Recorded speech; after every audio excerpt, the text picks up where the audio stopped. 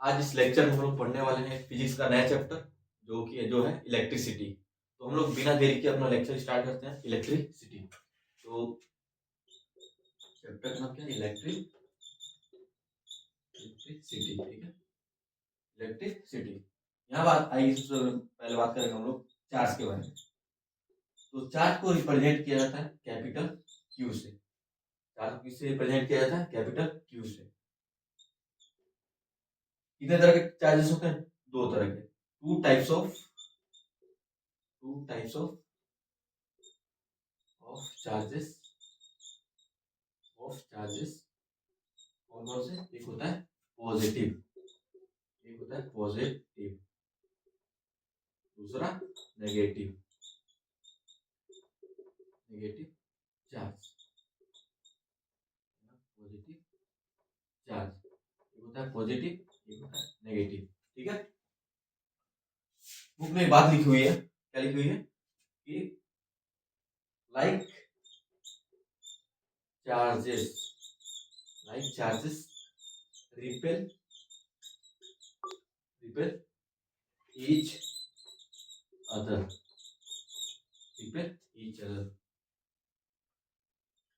इसका मतलब क्या हुआ? जब लाइक चार्जेस मतलब जब सेम चार्जेस हो वो क्या करेंगे? रिपेल करेंगे। रिपेल मतलब एक दूसरे से दूर भागती हैं। मतलब पॉजिटिव चार्ज और इधर भी पॉजिटिव चार्ज हो तो क्या करेंगे? एक दूसरे से दूर भागेंगे, रिपेल करेंगे। फिर एक और बात लिखी हुई है, अनलाइक चार्जेस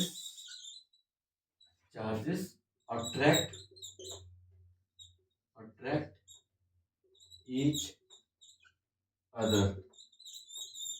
अनलाइक चार्ज मतलब एक पॉजिटिव हो दूसरा नेगेटिव हो, तो क्या करेगी? अट्रैक्ट करेगी, एक दूसरे की तरफ जाएगी, ठीक है। ये बात समझ में आ गई। और चार्ज का एसआई यूनिट क्या होता है? एसआई का मतलब standard international unit. SI unit क्या होता है? कूलम। क्या होता है? कूलम।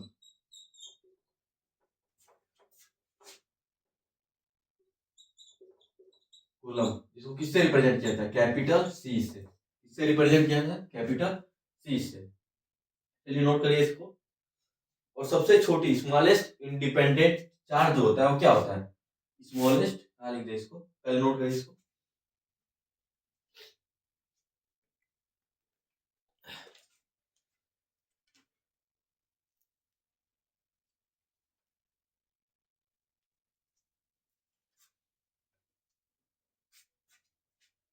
चलिए इसको नोट कर लिए होंगे, यहाँ लिख देते हैं। स्मॉलेस्ट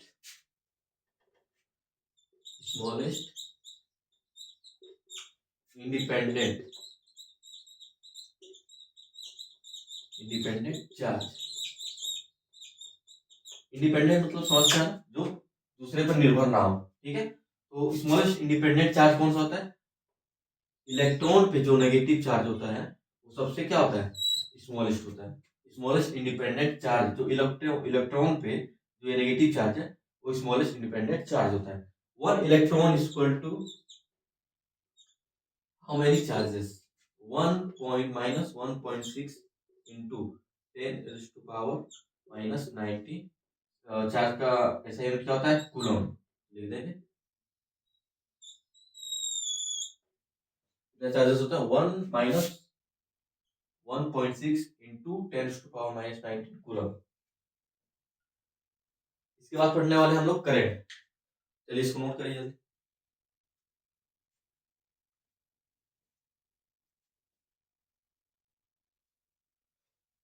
चलिए आगे बढ़ते हैं।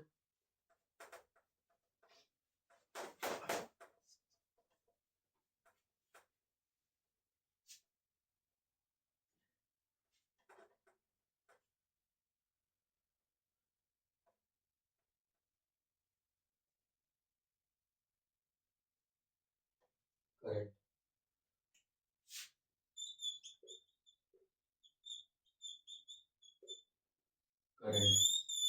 करंट को किससे रिप्रेजेंट किया जाता है? आई से। किससे? आई से। और ये होता क्या है? ये होता है rate of flow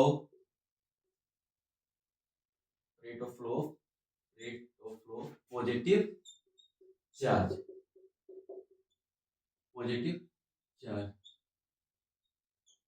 rate of flow positive charge, किसको कहा जाता है? करंट को।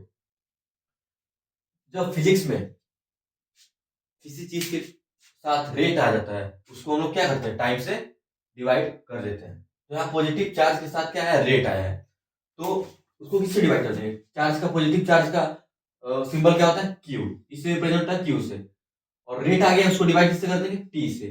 तो आई इक्वल टू, क्या फॉर्मूला निकला? I equal to Q upon T. क्या फॉर्मूला है? I equal to Q by T. Q क्या होता है? ये चार्ज हो गया, टी क्या हो गया? ये टाइम हो गया, आई क्या हो गया? करंट, ठीक है। एक और फॉर्मूला बन सकता है, Q equal to I into T, I equal to Q equal to I into T. Current का एसआई यूनिट क्या होता है? एसआई यूनिट होता है एम्पियर, ठीक है। चलिए नोट करिए इसको।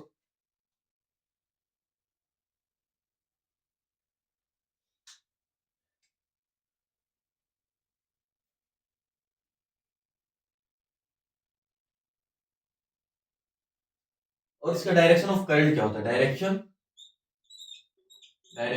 ऑफ करंट, क्या होता है?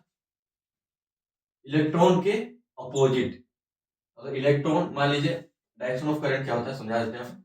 अगर यहाँ पे एक कंडक्टर है, इलेक्ट्रॉन इधर से फ्लो कर रहा है, यहाँ क्या लिखा? Rate of flow positive charge, तो यहाँ तो नेगेटिव है, तो यहाँ पे जो करंट होगा, करंट इसके अपोजिट करेगा। अगर इलेक्ट्रॉन का मान लीजिए डायरेक्शन इधर है, इलेक्ट्रॉन का डायरेक्शन इधर है, तो आई का जो करंट है उसका डायरेक्शन किधर होगा? अपोजिट होगा। तो opposite to the electron, direction of current कहाँ होगा? Opposite to the electron. आप लोग याद रखेंगे डायरेक्शन ऑफ करंट कहाँ होता है? अपोजिट टू इलेक्ट्रॉन, याद रखेंगे, अपोजिट टू इलेक्ट्रॉन। चलिए नोट करिए इसको। एक बात और याद रखेंगे, 1 मिली एम्पियर इक्वल टू कितना होता है? 1 मिली एम्पियर इक्वल टू कितना होता है? 10⁻³ एम्पियर। और 1 micro ampere equal to 10⁻⁶ ampere. Important है, माइनस लगा लीजिए, 10 माइनस, याद रखेंगे इसको। चलिए नोट करिए इसको।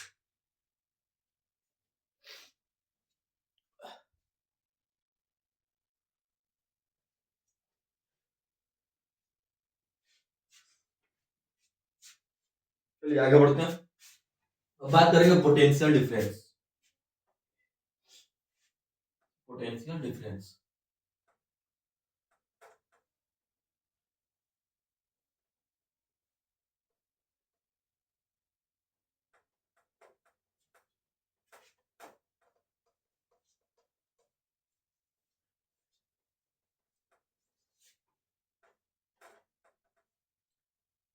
पोटेंशियल डिफरेंस,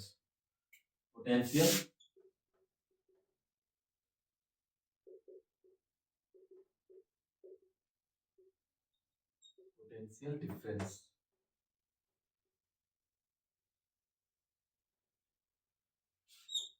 इससे रिप्रेजेंट होता है कैपिटल वी, ठीक है। पोटेंशियल डिफरेंस, मान लीजिए दो पॉइंट है, ठीक है, ए बी। यहाँ एक कॉलम चार्ज है, उसको बी पॉइंट पे ले जाना है, और बी पॉइंट पे ले जाने के लिए कुछ वर्क हुआ होगा। जो वर्क हम लोग करते हैं, जो वर्क हम लोग करते हैं एक कूलम चार्ज को बी पॉइंट पे ले जाने के लिए, दूसरे पॉइंट पे ले जाने के लिए, उसी वर्क को क्या कहते हैं? Potential difference. समझ में आया? जैसे दो पॉइंट है, ए पॉइंट पे एक कूलम का चार्ज है, उसको बी पॉइंट पे ले गए, और जो भी वर्क हुआ उसको ले जाने में, उसको क्या कहा जाता है? Potential difference. क्या कहा जाता है? Potential difference. इसको क्या लिखेंगे? इसका फॉर्मूला क्या होता है? V equal to W work done by Q। Work done, work किसमें मेजर होता है? जूल में। और Q तो जानते हैं चार्ज क्या होता है? कूलम C से। और V पोटेंशियल डिफरेंस हो गया PD। ठीक है, तो क्या होता है? कोई बता सकता है? कमेंट बॉक्स में बताएंगे क्या होता है। अगर एक पॉइंट पे एक कूलम का चार्ज है, उसको बी पॉइंट पे ले जाना है, दूसरे पॉइंट पे ले जाना है, और जो भी वर्क डन हुआ है उसको ले जाने में, उसको क्या कहते हैं? Potential difference. तो यहाँ लिखेंगे amount of work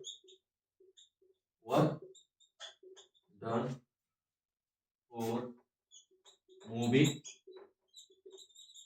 one coulomb charge to charge from one point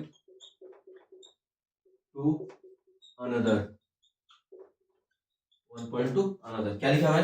दिख नहीं रहा होगा। Amount of work done for moving one coulomb charge from one point to another. जो भी वर्क हुआ है एक पॉइंट से दूसरे पॉइंट पे एक कॉलम चार्ज को ले जाने के लिए, उसको क्या कहते हैं? पोटेंशियल डिफरेंस कहते हैं। तो फॉर्मूला क्या बना? V equal to W upon Q। V equal to Q by W by Q। Q क्या कहते हैं? चार्ज। ऐसा यूनिट क्या है? कूलम। वर्क किस में मेजर होता है? जूल में। यही फॉर्मूला इसमें होगा। पोटेंशियल डिफरेंस बता सकते हैं, एक कूलम चार्ज को दूसरे पॉइंट पे ले जाने के लिए जितना वर्क डन लगा है उसको क्या जाता है? पोटेंशियल डिफरेंस कहता है। चलिए इसको नोट करिए, और बस आज के लिए इतना ही। मिलते हैं नेक्स्ट वीडियो में। Thank you.